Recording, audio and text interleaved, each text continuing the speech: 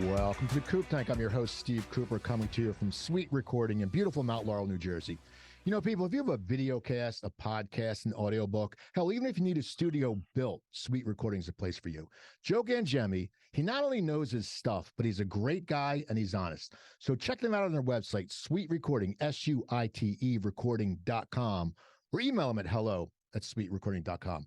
Also, if you want to be a sponsor of the Coop Tank, hit me up at the Coop Tank at yahoo.com. The people who listen to this show, they're business leaders, they're shakers and movers. And if they like your product and they like you, they're going to pass the word on. And I like my group of people today. So that's what we're going to say. I have a younger panel today. I usually get, people, well, no one's my age anymore. I'm like the oldest person in the room, but they're all young, successful people. And what I like about them is they all had an idea. They created something, they worked their asses off, and they're doing well. Because too many times I run into people who are just full of shit, and they sit there and they tell you you're successful, and they aren't. But I know these people are successful, as they wouldn't be on my show. And the first person is from TCS, New Jersey of Keller Williams, and the founder of the Harvest Performance Coaching Communities is Devin Dinofa. How you doing, Devin? This is an honor, Steve. I feel like, one, you need to literally have your own radio show nationally, because this is a gift that you have that I've been able and have the opportunity to watch you do, man. So, well, thank you, man. Thank you for having me on. Thank you. And then we have a gentleman who, I swear, during the pandemic, I saw this guy like every day, like 3 times at networking events. From Opportunities to Serve, it's Tyrone Robinson. How you doing, Tyrone? I'm doing good, Steve. Thanks for having me. All right. And finally, we have from Rhino Reviews, Chelsea Craig. How you doing, Chelsea? Hey, Steve. I'm excited to be here to talk with you as well. So we're going to start off, just tell the people, 45 seconds to a minute, what you do, what your company's about, and we'll start with you, Devin. All right. So my real estate company is TCS Group, New Jersey. We're a residential real estate company. We do service Philadelphia and in South Jersey with investing, regular sales, all that good stuff. And then my passion, my gift is performance coaching. So I have a company called the Harvest Performance Coaching Communities, and that's just a community of growth-minded entrepreneurs, and we focus on personal and professional growth. I bring in high-level guest speakers every other month throughout the world to come in and speak on topics that can elevate entrepreneurs, not just personally, but professionally, and then have them immersed in the community of peers to hold each other accountable, to grow with each other, to collaborate and help each other.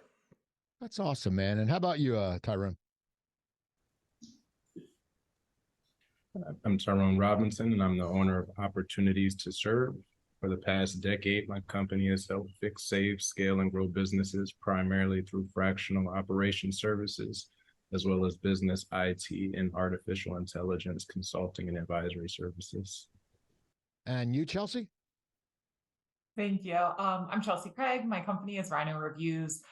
We've been working for about 5 years. We help businesses with their online reputation and kind of all things reviews. Our unique advantage is we offer a fully done for you service, and we're the only one on the market that not only focuses on the external, which is like your customers. Everyone thinks Google, Yelp, Facebook, but we also help with internal branding, Glassdoor, Indeed, and kind of your full online digital presence. Okay, well, I want to ask you, because you're all in different areas, and you all just said you've all created something. You all have gotten out there and started running. Let's say I'm meeting with you, okay, and you're trying to get my business. You want me as a client, and you know that I'm looking at 5 other companies, okay, because that happens now. What do you do to pitch yourself and say, this is what makes me different? We'll start with you, Chelsea. I mean, what do you sit there and say, how do you sway me to get your business? Oh, that's a fabulous question.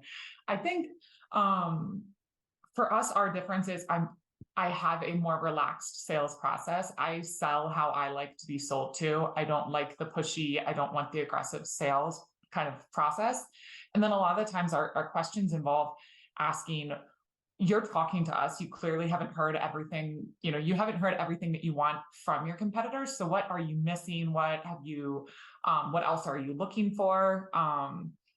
And then again, kind of in our space, we typically there's about 4 competitors that we run up against on almost every proposal.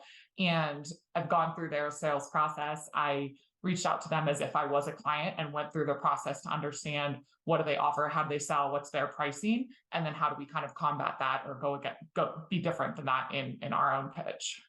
Okay. And how about you, Devin? What do you do? So I found this creative strategy to where I typically show up to appointments with some guys that are around 6'5", typically big muscular, and we kind of force people just to sign up with us. No, I'm just kidding. That's a joke. But yeah, so ideally when I meet with people, ultimately it's trying to find out what they truly care about. You know what I mean? And like, what are their pain points? What matters to them?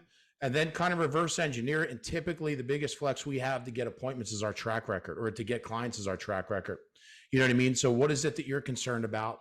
Well, this is a proven track record that we can solve that problem at a very high level. Now that's just in real estate.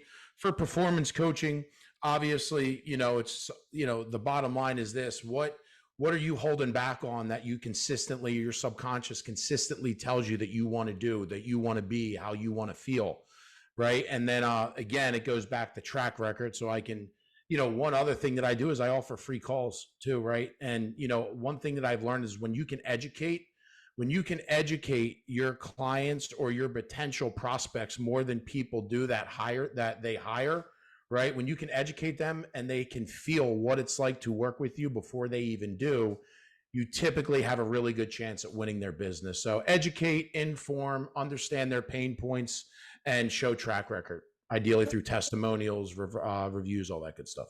All right. How about you, Tyrone? Expressing differentiators. So there's probably 4 ways you can come into our business. On the outsourced or fractional operations, the differentiator there is just commitment in terms of having an extra executive on your team that's going to care about your business as much as you do, and is going to be literally available 24/7 if necessary, around the clock, to be able to support your goals and objectives. When it comes to IT, we specialize in vendor selection, and that means we help companies get into best fit solutions. We have more than 400 partners in the industry. We have an intellectual property that helps us navigate the industry. We also have a number of other portfolios and tools that help us get everything right every time. In addition to that, we have a couple hundred engineers, architects, and data analytics people that support our business.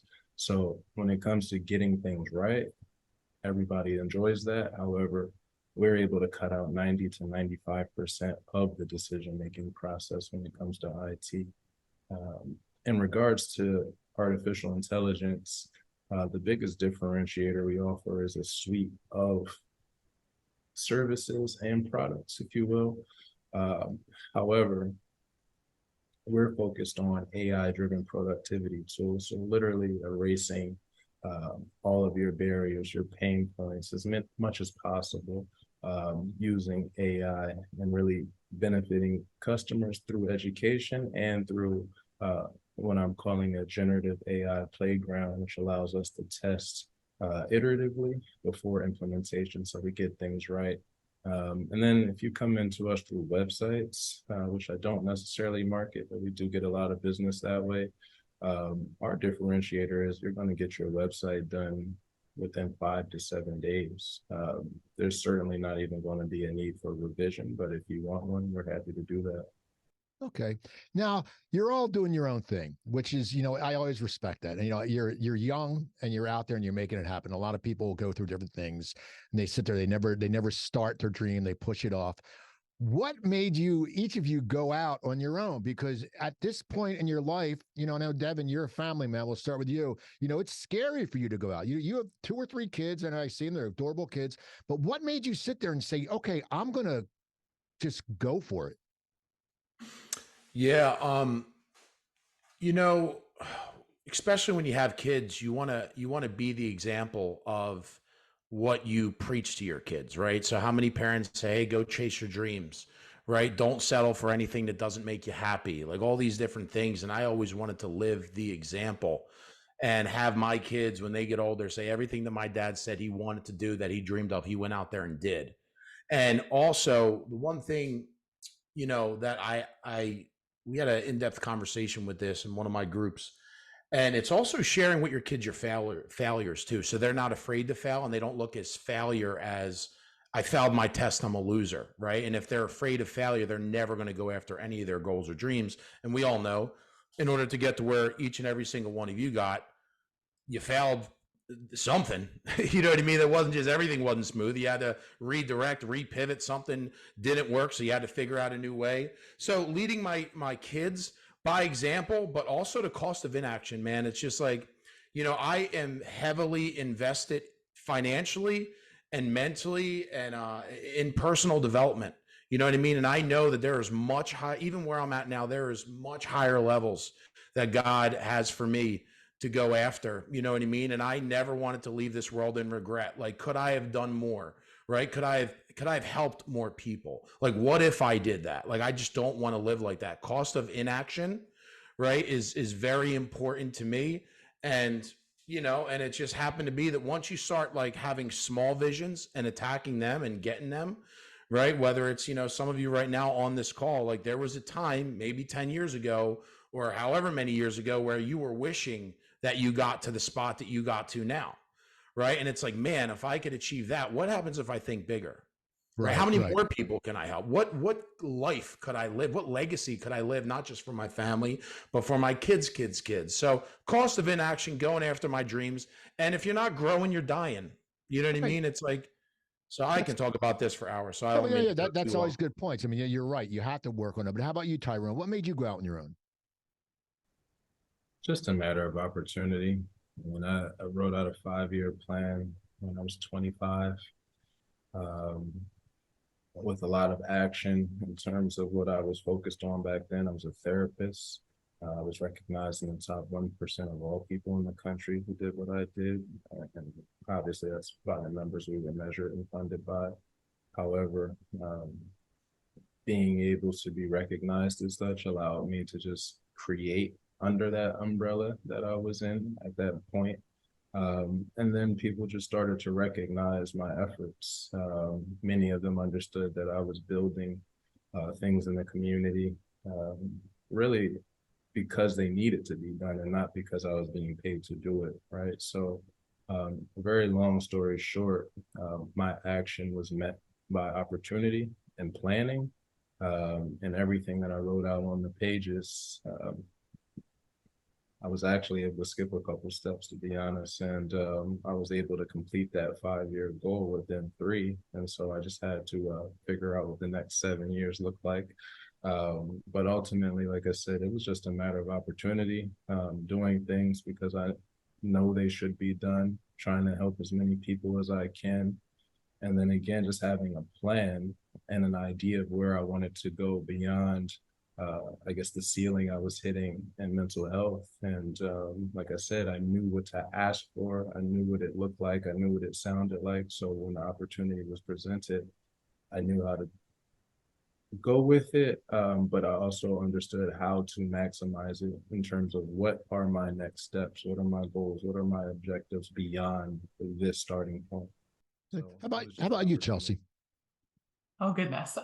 So after the two of you sharing your like well thought out, planned, strategic process, the only word that comes to mind to describe my entrance to entrepreneurship is sheer chaos. I used to work in corporate. My first and only job was out of college. I worked for Frito-Lay, PepsiCo, and loved it. But just, I mean, as many people I think can understand, like it was a grind. I was working a lot, and it didn't allow me the freedom, the flexibility, the uncapped income potential, just all of the challenges with that role. And after about 2 years, I remember I went home to my parents for Christmas, and I was miserable. I didn't want to go back to work, and I was just literally getting ready to leave the next morning, and I started crying, and my dad said, "Just quit, you'll figure it out." So literally I went back to work the next day, I gave him 2 months, put in my 2 months notice, and gave myself 3 months from what I had saved up to figure something out. And I think when you're at a certain age too, you have an ignorance a little bit, you're naive there, you don't know any better. So I launched the company, saw this need, and I didn't know that you couldn't just, it didn't occur to me that it was not the norm to just walk into businesses and start talking to managers and try and pitch the marketing director. I did a lot of things. I used to bring brownies. I would walk up and down the streets in Philly, bring brownies to try and bribe business owners to talk with me for 10 minutes. And there's just a hustle and a grind, especially kind of like that sink or swim. I didn't have another choice. I had to make it work. I had savings that were dwindling and ended up kind of pivoting the business a couple times into what it is now.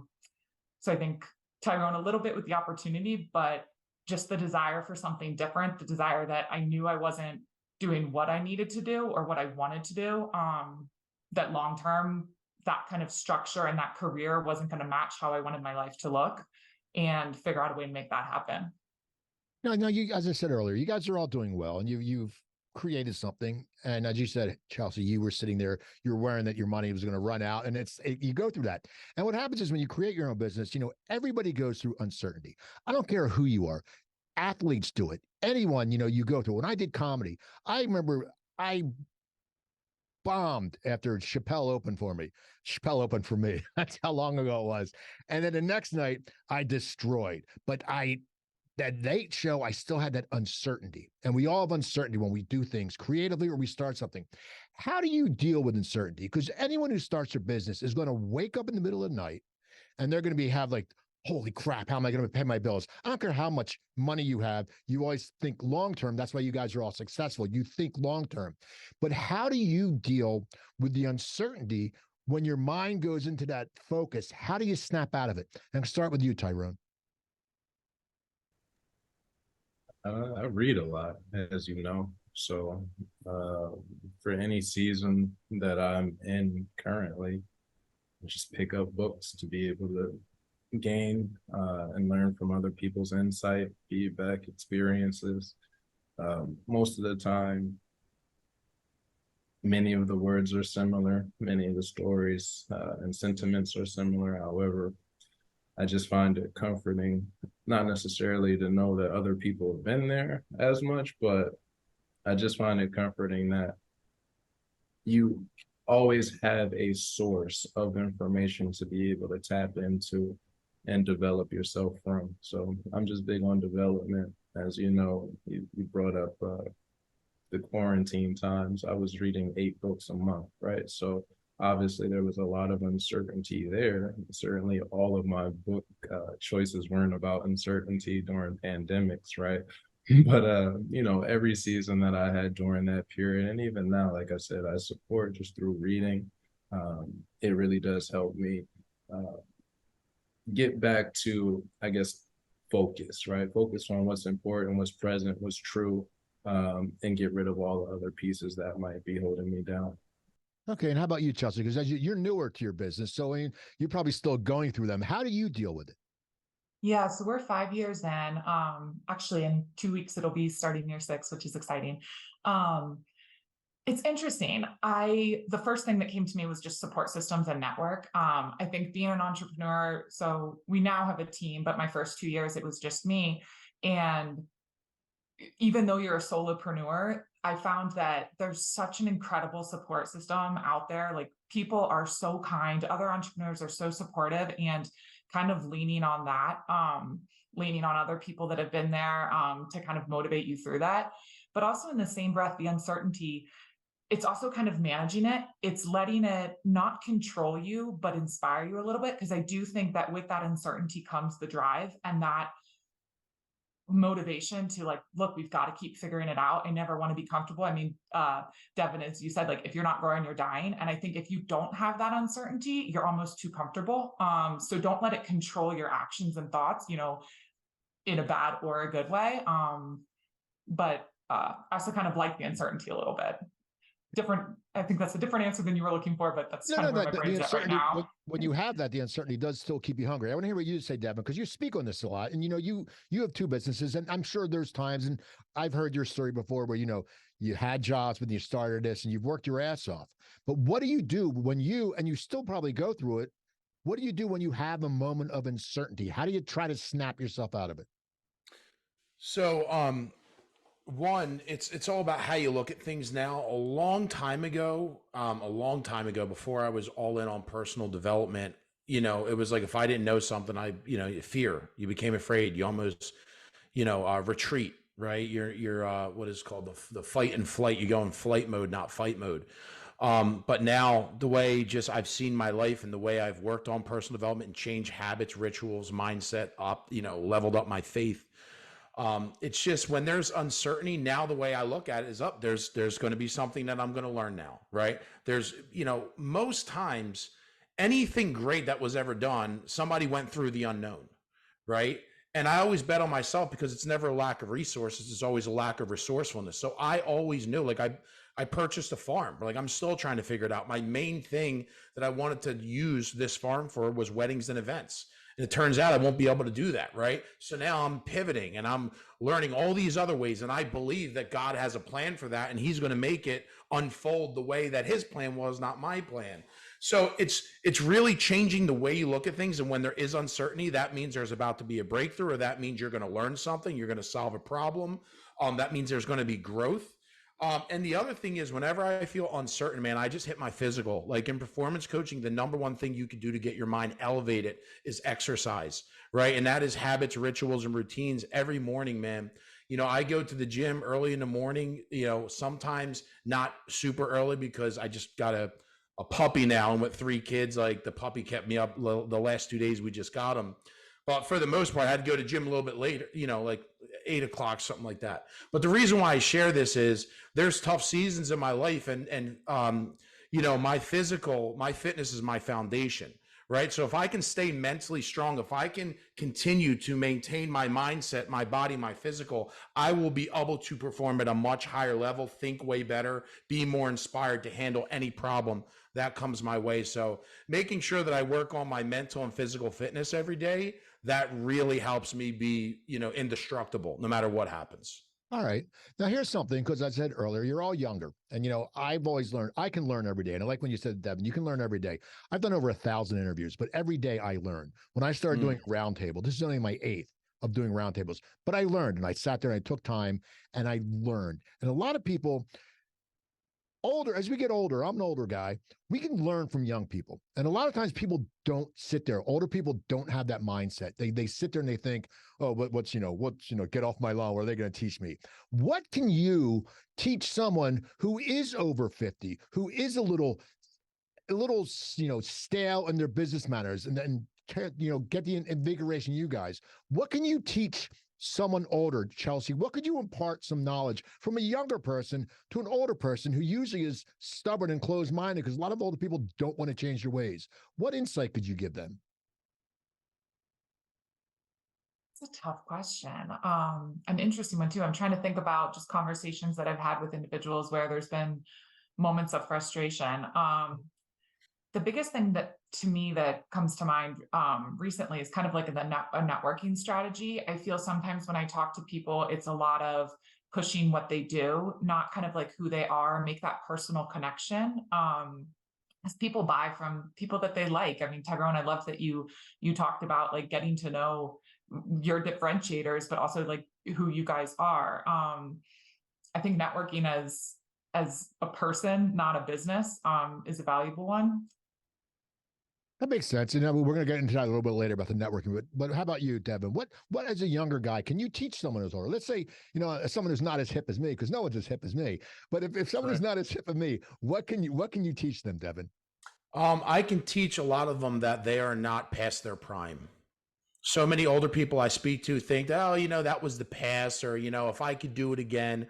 All these limiting beliefs, I can tell them there's another version of themselves that they haven't met yet, that they can grow to, that would energize them more than they were energized when they were 30 years old, right? And continue to build even more of a legacy. And I can also teach them how to build influence with leveraging their age and their experience, because a lot of the older folks still don't understand the power of being visible through all the social media platforms, and how many more people that they can inspire and motivate to want to join them, want to be within their organization, right? To make it so much easier to hire when people actually learn about the person and are inspired by the person who actually owns the company, not the logo that they hide behind, right? I can make them grow their company a lot easier. I can make them build their influence and leadership a lot easier, leveraging the new ways of technology now that a lot of them are still ignorant to learn.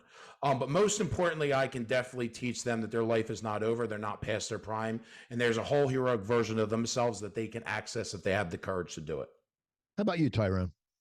You're going to teach me to play some music? Because I know, if you don't know, Tyrone has produces a shitload of music. He's more than what he does. But we'll talk about that another time with his music. But what can you impart on someone who's older and stubborn, and they just see it in their own glasses?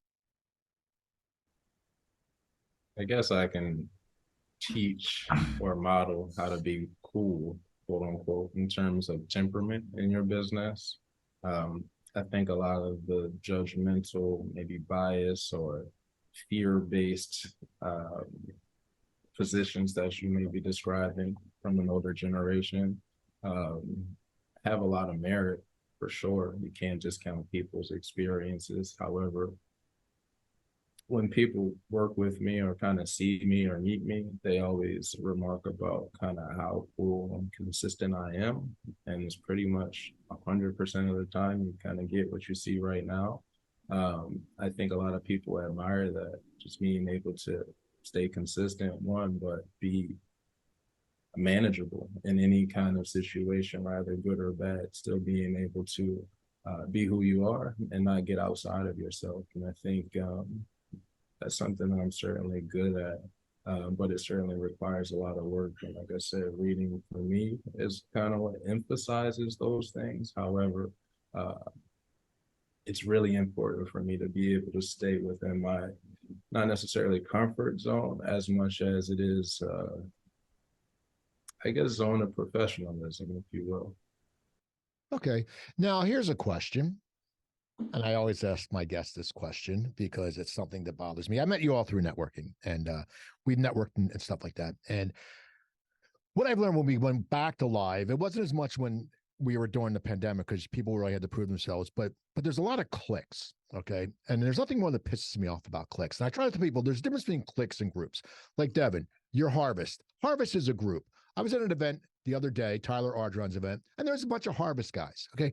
They weren't clicky. They were out mingling. They all, hey, yeah. But you see the clicks, you go to an event, and there's just these 5 assholes sitting in the corner who think they're amazing when they're not getting any business because they're only dealing with each other. You know, you always see them in the same picture. You go, well, how are you getting business? What do you think about clicks? Do they irritate you, or maybe it's just me? And why do you think people become cliquish? I'm going to start with you, Devin, because you've built a group of supportive guys, which is totally anti-click, when in actuality, your group could be a click, but it's not.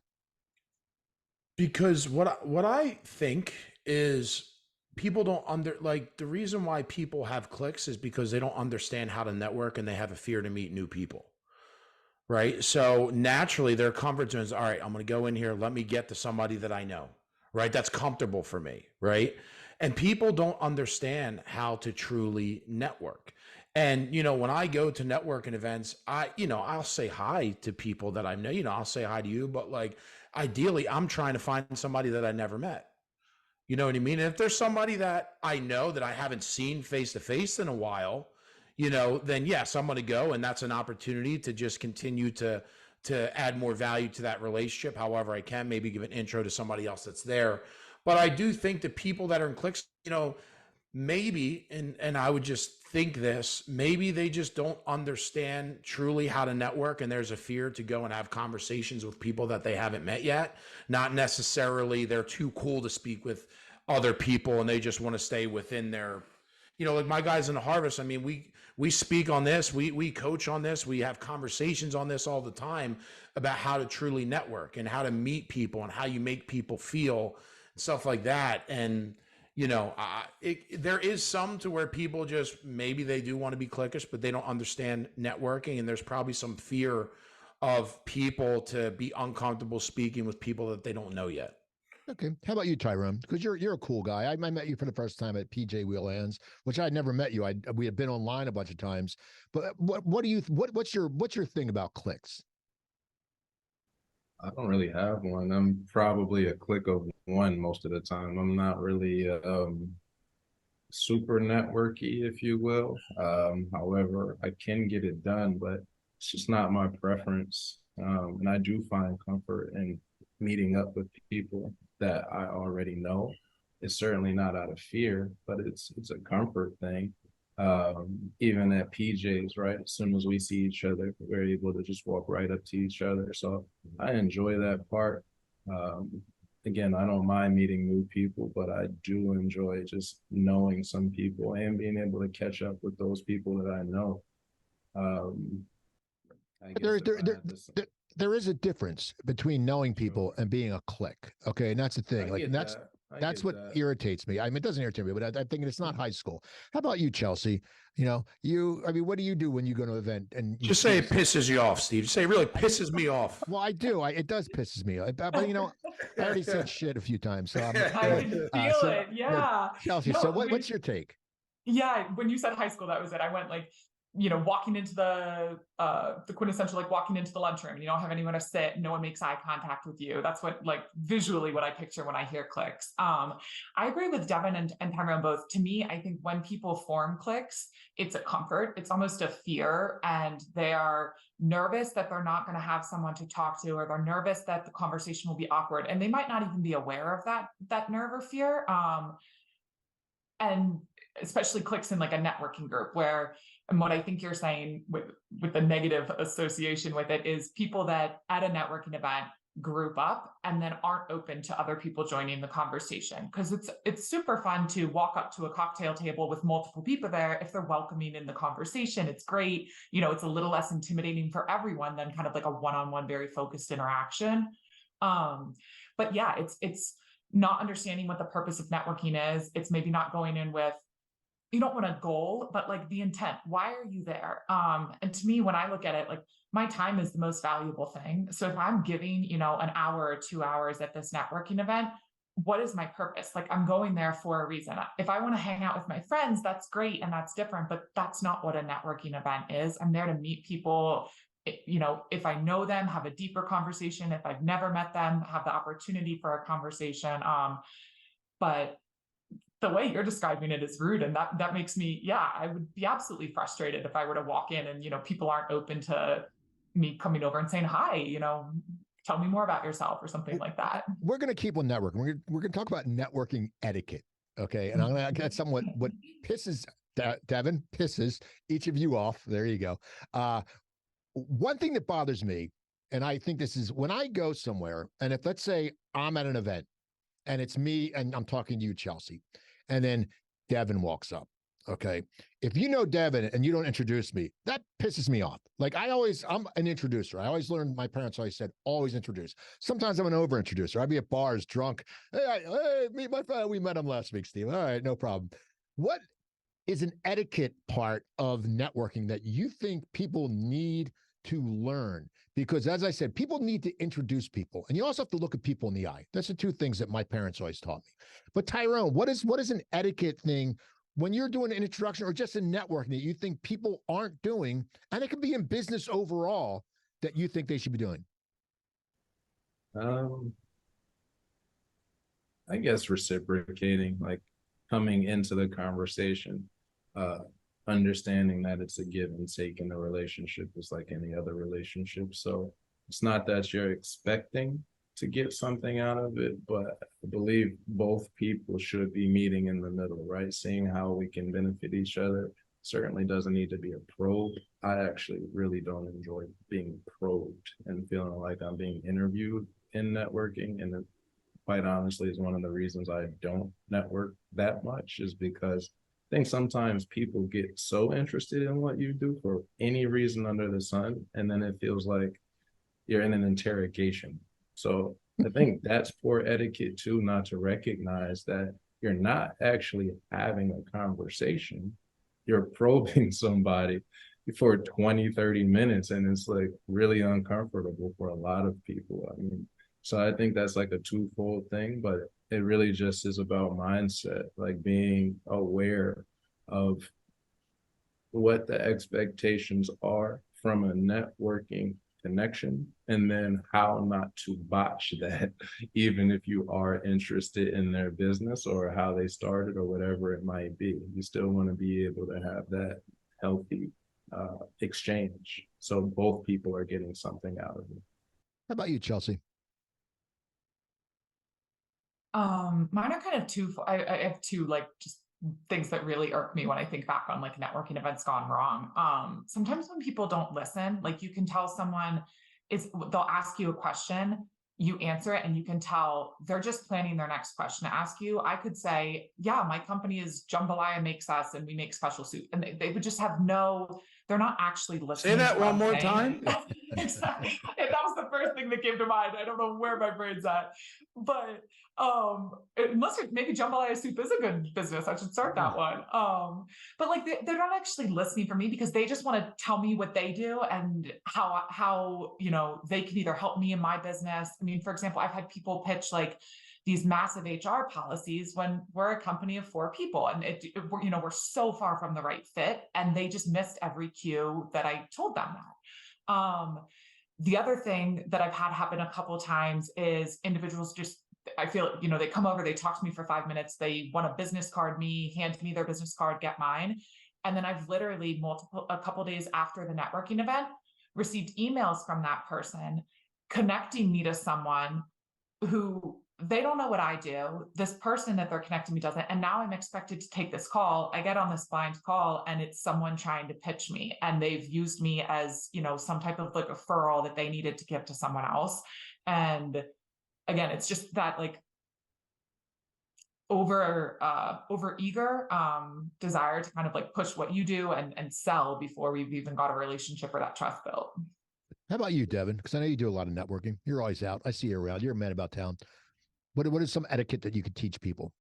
The one thing that I thoroughly do not enjoy is when somebody is in a conversation with you and they're not looking at you and you can tell they're like looking around. It's like, what do you I almost just want to leave the conversation. But well, real quick, sorry to interrupt you, but I have a lazy eye. So if you're affiliated with me, it's not me. So no, but to your point, like looking the person in the eye. But there's been times, when you're having a conversation, especially, when I first started networking, I was young. I still am young, like when some of the rooms that I'm in. And, some of the older guys, they can easily look over, what's this guy going to do for my company or whatever. And they'll have a little conversation with you. And then you can tell that they're looking over your shoulder or looking to the side.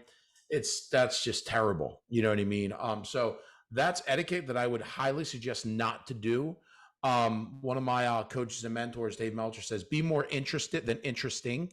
Right. And one thing that if I could ever give somebody advice on networking, is invest time into reading the book, How to Win Friends and Influence People. And it's not about you. It's always about other people. So when somebody's new in networking, I'm like, dude, listen, don't stress out. All you got to do is ask about them, ask about their family, where they from, where they live. Of course, naturally, they're going to ask about you. But as long as you can genuinely show somebody that you're truly interested in them, right? Everybody likes to talk, you know what I mean? Everybody likes to talk about themselves, you know what I mean? But I think that is a really good way for beginner networking, man. It's not about you, it's about them. Right. And then, and like Chelsea said, it's like, understand exactly what they do, like truly, and if you invest that care into people, one, they know, and two, networking is a long-term deal. It's not, it's not speed dating. And if you look at it as speed dating, you'll never win business. People will understand that. They'll sniff it out right away, and you will not build a relationship. So that's a good point. Okay. I have one final question. And I always ask this at the end of the show because I always like the different answers. And it gives an insight. Someone comes up to you. Okay. They're just getting out of, I don't know, maybe trade school, college. They may going straight from high school, want to start something, and they see you and they respect you and they think, okay, they're doing something right.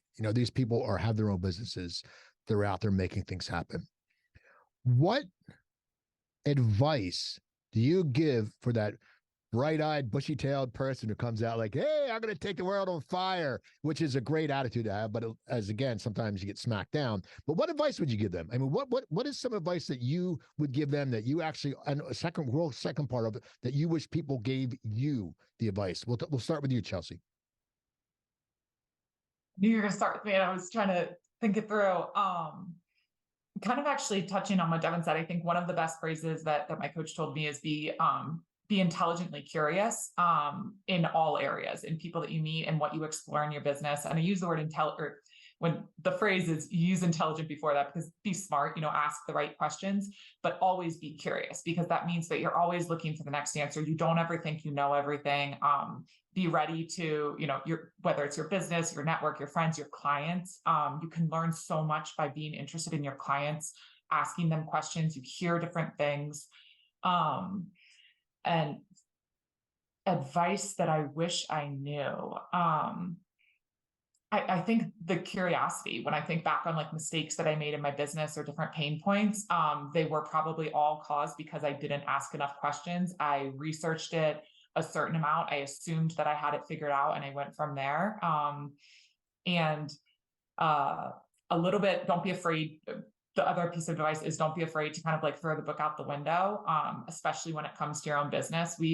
I delayed our growth for a period of time because I refused to make the pivots and make some big changes that needed to happen in our business, because it was our core product and our core offerings. And I was tied into this, like, but this is it. This is what we do. This is why we do it. And I was scared to make those changes. And now I look back and I'm like, wow, why didn't you make those so much faster? But it can be challenging and scary to do that. But yeah, be ready to throw the book out the window. How about you, Devin? The biggest hack to me is, well, one, if I was younger, the first thing I would do is I would have told myself, you need to start getting more serious about your faith. And the second thing is the superpower, the biggest hack to life on how to turn decades into days by investing either time or financially in mentorship or coaching. Find somebody that sits in a position that you want to be at, hire them, pay to be in their world, invest time, work for them for free, whatever it is. And it is the biggest hack to life to turn decades into days and blow the doors off of anybody else. If you're, and by the way, like Chelsea said, it's like, you'll find out quickly if it's not for you. But curiosity, that's another, I don't know, maybe 4 months ago, I saw a video on Instagram, and it was like somebody talking about a billionaire's advice about always being curious. Like, what makes people so successful is they're never know-it-alls. They're always curious, right? And some of my coaches and mentors, like, they always have that white belt mentality. They're always investing in the masterminds. They're always investing to be coached and taught, because there's always more to learn. And I see everybody walking around who think that they know it all. Their ego is so big that they don't want to ask for help. They don't want to invest any money into coach, anything like that. It's so common. And I'm like, man, if you just get your ego out of the way, you could be so far way fast, and that would, to me, if I was to learn that when I was, and I've implemented that. Like, if I found somebody successful, I would ask to pay and buy them lunch or whatever. Like, that was just because I didn't grow up with people who made six figures, none of that stuff. If I would have did that earlier, I would have did it earlier and at a much higher level, and possibly like worked for somebody for free. That was at a much higher level. And now people have access to literally the biggest influencers and the most successful people on the planet with Instagram, Facebook, LinkedIn, and all that stuff. How about you, Tyrone? I guess it would just be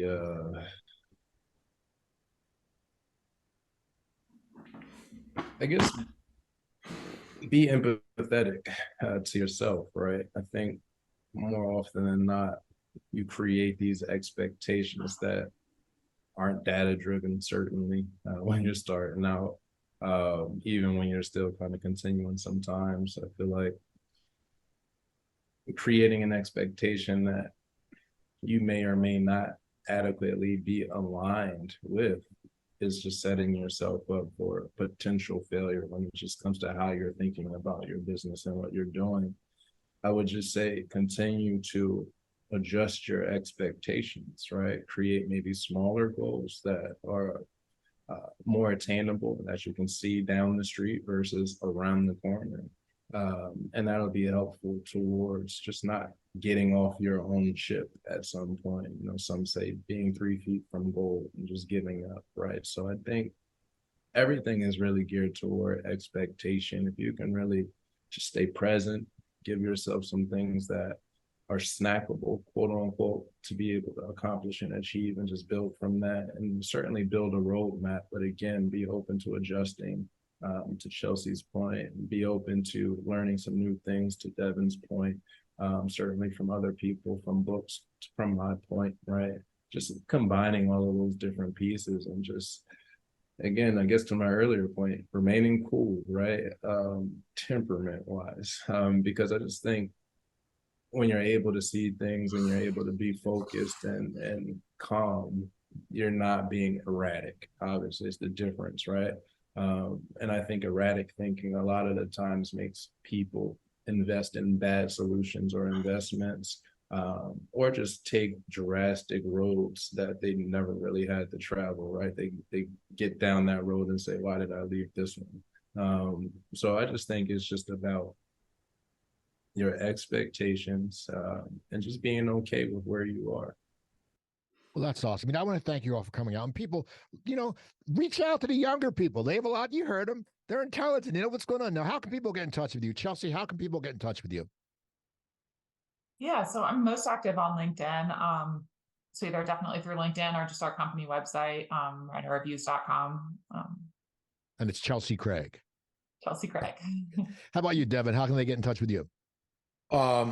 I mean, on every platform, my name is just Devin Dinofa. You'll see me there every single day. I'm a loser on social media. I'm just there, bang, bang, bang. You can't miss me on there. But for the most part, Devin Dinofa, devindinofa.com to learn more about me, the community, all that good stuff.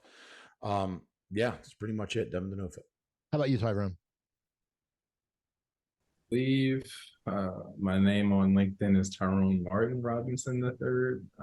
But I'm sure throwing everybody off. I was about to search it. I'm sure you'll be able to find me maybe if you just typed in Tyrone M. Robinson, however you might do it. Other than that, the website is www.opp2s.com or www.opportunities2serve.com. Those are the two easiest ways to find me. Well, that's awesome. I want to thank you guys for coming on. Thank you people for listening. Remember, you can find all the roundtables on YouTube. Just look up the Coop Tank. You can go to the website, thecooptank.podbean.com or Stitcher. Spotify, Amazon Music, and you can hear them all, the audio versions and the old ones. Also, go to SuiteRecording.com. Joe Gangemi will hook you up. He's a great producer. That's why he produces my show. If you need to be coached about interviewing, you can email me at thecooptank@yahoo.com, where you can also hit me up about sponsoring. So remember, I'm Steve Cooper. I want to thank you all, and I'll talk to you next time.